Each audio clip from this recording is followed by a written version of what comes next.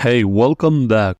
So, in this video, we are gonna learn how to say, Today, I have decided to try a new recipe. So, in Turkish, bugün yeni bir yemek tarifi denemeye karar verdim.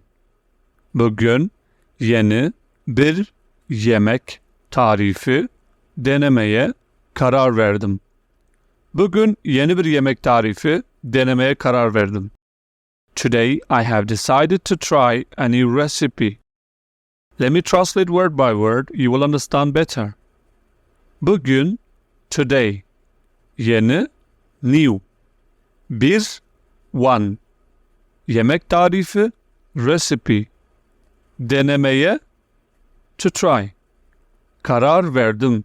I have decided. So, bugün yeni bir yemek tarifi denemeye karar verdim. Bugün yeni bir yemek tarifi denemeye karar verdim. Today I have decided to try a new recipe. That's it. Thanks for watching.